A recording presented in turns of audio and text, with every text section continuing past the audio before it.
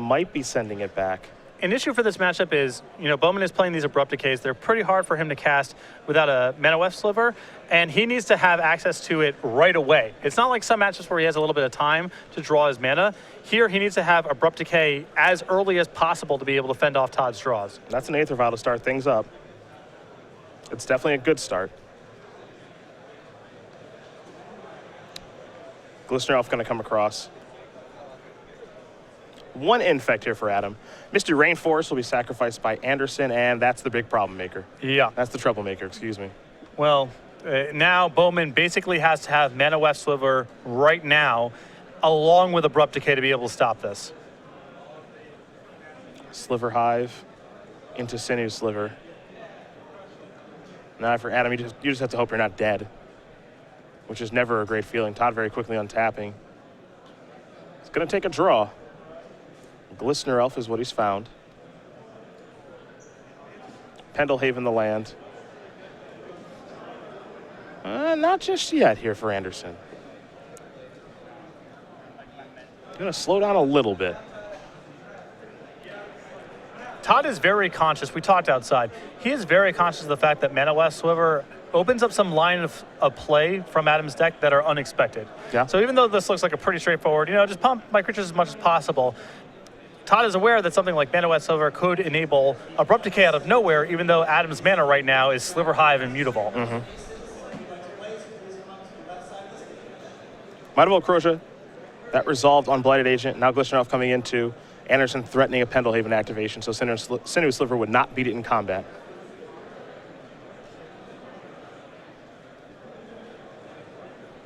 Bowman says no blocks. There's a pump.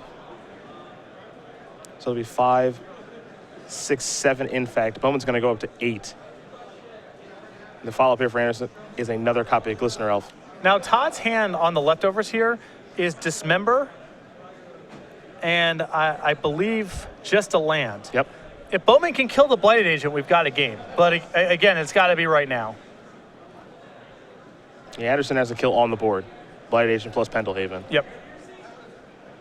And you can take a look at Bowman's hand. He's got copies of Collected Company. Looks like a couple of lands over there. Sinew Sliver and Gale Rider Sliver. So not a lot doing here for Adam. He's going to come across for 1 in the air. Make it 2, actually, because of Sinew Sliver. Combo. With what exactly? Us 2 slivers together. So greater than the sum of their really parts. just using combo loosely here in the top 8. One of these cards says all slivers, ... and the other has the word sliver on the type line. It does. I guess that makes it a combo. Here's a Pendelhaven on Blighted Agent for lethal. And this has to be basically Vial into Mana Weft into Abrupt Decay. Yep. Adam doesn't have it. And that was the situation we were concerned about. That's the major concern in the matchup, right? There's not a lot that Adam can do about Blighted Agent. He's got Abrupt Decays, and as we're going to take a look at the sideboards, he's got more to bring in, which is a positive for him. 2 in the main, 2 in the board. The Sliver package that he has here, Telekinetic is the most important of the bunch. He's also got these Bone Sides, a Dark Heart, 3 Harmonics, a Shadow Sliver, 2 Siphon Slivers, and then 2 Sliver Overlords. But to me, it seems like only 4 cards matter here. Well, the 2 copies of Telekinetic Sliver and the 2 copies of Abrupt Decay. Abrupt Decay can give him the time. He needs to slow the game down. Sure. It gives him an answer to Blighted Agent. And again, with his creatures naturally are going to be pretty good against Glistener Elf. And if he has Gale Rider Sliver, he can beat Inkblot Nexus as well.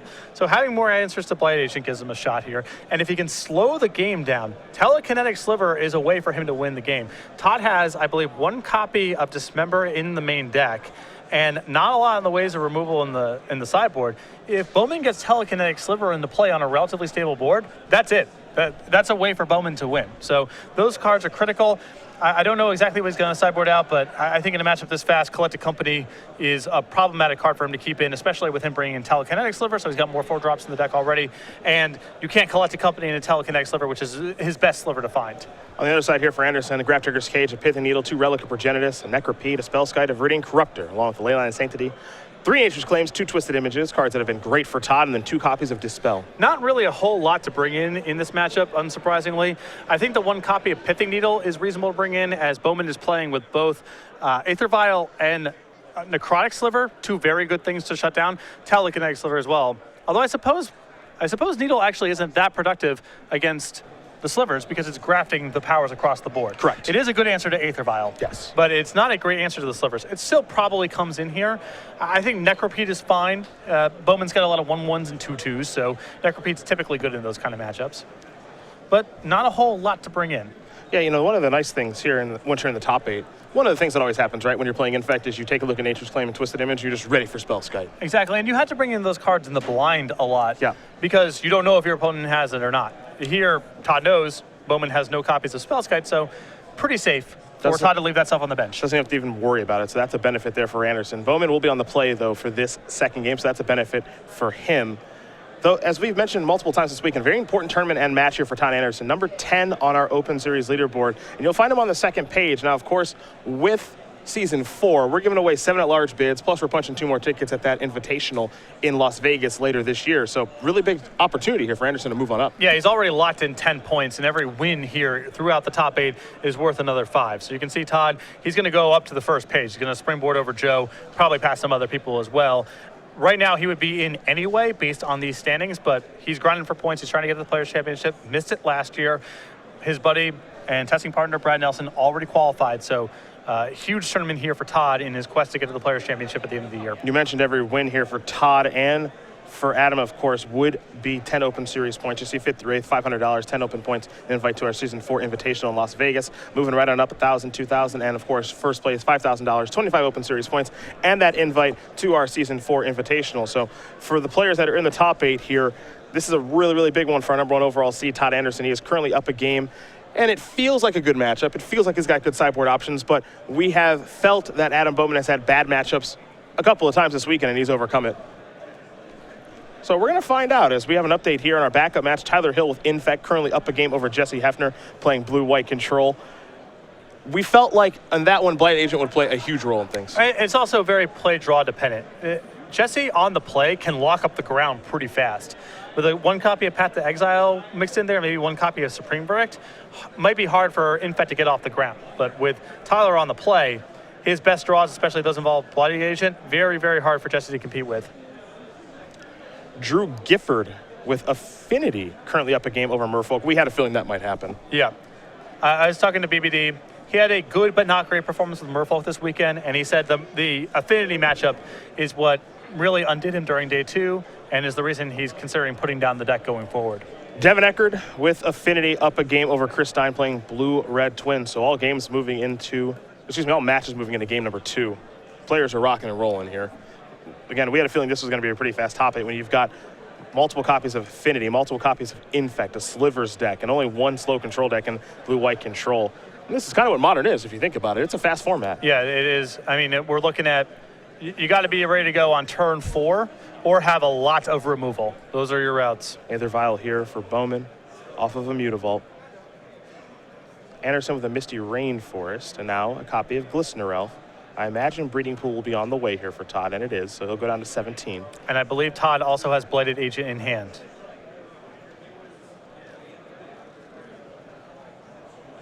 Bowman with a Sedge Sliver, looks like Collected Company in hand. It's a slow start here for Adam. Looks like Cavernous Souls is the play. Here comes Mutavault. Looking to race. I thought he might hang back on defense with his hand being as slow as it is. Anderson will draw. Vines of the Vastwood is what he's found. You mentioned Blighted Agent, that's the big one. The issue now is Todd's got enough pump spells in his hand where even if Adam has an answer to the Blighted Agent, Rancor plus Vines could end this game as soon as the 3rd turn. There is Rancor. And Todd's not even bothering with the Blighted Agent. Yeah, he's going beatdowns. He's just setting up for a turn 3 kill here. Gonna pass the turn back over to Bowman. Vial's gonna go up to 2. Adam will draw a card. You can see just how difficult it is for him to cast Abrupt Decay.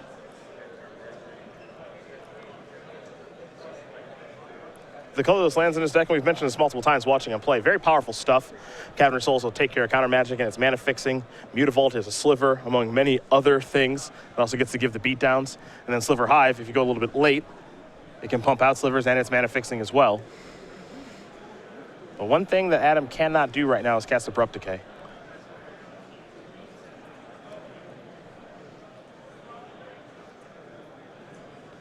That's an overgrown tomb. He'll take 2 to play that. Life total doesn't matter much when you're playing against Infect. Now here's a Blurred Sliver. Gonna give the beatdowns. This is some risky business. He's gonna pass the turn back. Todd might just kill him this turn. There's Inkmoth Nexus. Here comes the attack. You say no blocks, you are not alive anymore. Yeah, Anderson gonna sacrifice the Wooded Foothills. Get a basic forest, Vines of Vastwood. You're gonna kick it real good. That's exactly as if it's good. And if Bowman said no blocks, I mean, there's nothing you can put into play. That's gonna do it. Todd Anderson's gonna win this match over Adam Bowman, 2-0. Infect will take care of Slivers, and it's been a great run for Adam, but he ran into what might be his most difficult matchup. I mean, it's better it happens here than in round 13, right? Yeah. You know, and Bowman still gets to have a top 8 to his name here, gets to be the story of the tournament, but Todd Anderson, player with the most Open Series top 8s in the history of the Open Series, moved on very easily. A very important matchup for Todd, as we mentioned, in regards to the Players' Championship and the overall leaderboard here for Season 4. As you mentioned, he's going to move on 2-0 over Adam Bowman.